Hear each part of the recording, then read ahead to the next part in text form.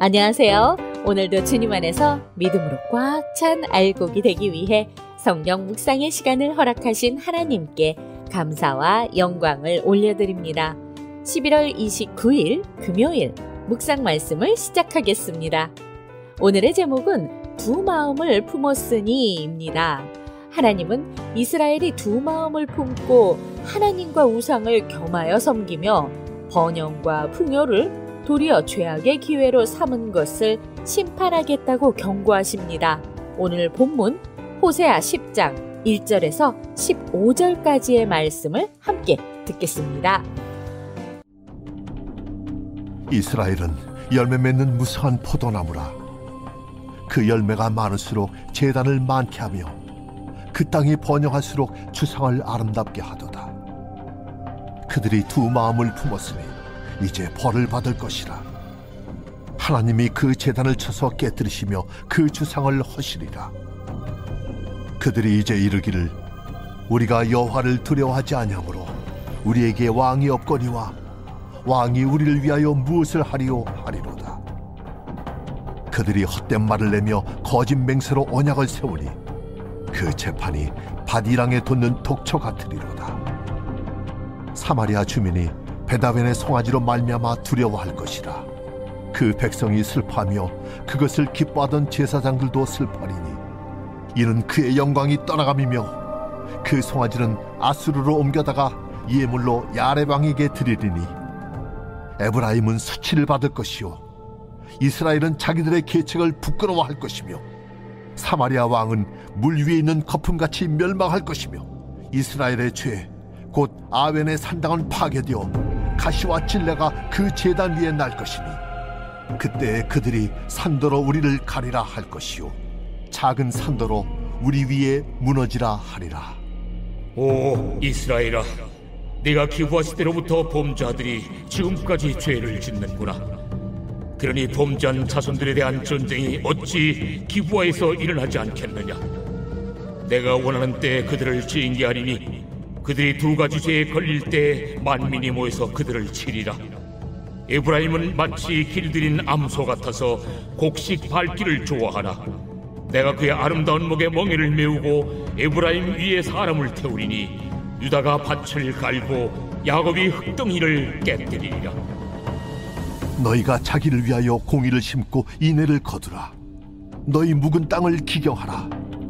지금이 곧 여호와를 찾을 때니 마침내 여호와께서 오사 공의를 비처럼 너희에게 내리시리라. 너희는 악을 밭갈아 죄를 거두고 거짓 열매를 먹었나니 이는 내가 내 길과 내 용사의 많음을 의뢰하였습니다. 그러므로 너희 백성 중에 요란함이 일어나며 내 산성들이 다 무너지되 살만이 전쟁의 날에 베다벨을 무너뜨린 것 같이 될 것이라. 그때 어머니와 자식이 함께 부서졌도다. 너희의 큰 악으로 말미암아 배들이 이같이 너에게 행하리니 이스라엘 왕이 새벽에 정령 망하리로다.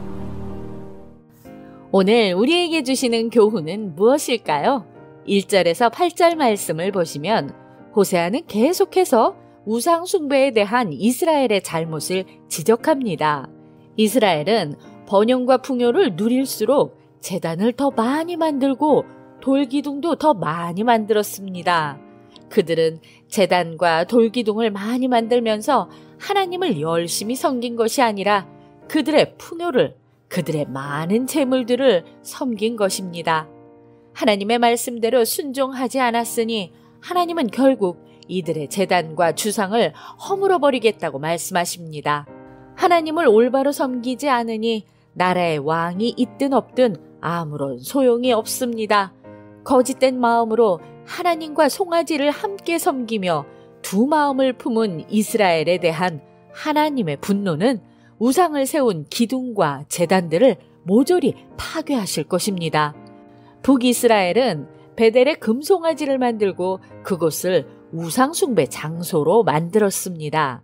하나님의 집이라는 뜻의 베델이 5절의 베다웬, 즉 거짓의 집, 악함의 집이 되었습니다. 하나님은 이스라엘을 아수르에 넘길 것이고 그들은 아수르의 보로가 되느니 차라리 산사태로 죽는 것이 낫다고 하소연하게 될 것입니다. 풍요 속에서 하나님께서 우리에게 주신 삶의 비전을 잃지 않도록 말씀으로 늘 깨어 있어야 합니다. 9절에서 15절 말씀을 보시면 하나님은 기브아 시대부터의 범죄가 지금까지 이어져 온 것에 한탄하십니다. 하나님은 묵은 땅을 기경하고 공의를 심고 인애를 거두라고 하십니다. 그러나 이스라엘은 막강한 군대의 힘을 의지하며 악을 밭가라 죄를 거두고 거짓의 열매를 먹습니다. 이제 그들은 더 막강한 군대와 부를 소유한 아수르에게 처참하게 무너질 것입니다. 이스라엘 왕과 가족들은 끔찍한 죽음을 맞이하게 될 것입니다. 하나님은 그 옛날 이스라엘에게 원하시던 것을 오늘 우리에게도 원하십니다.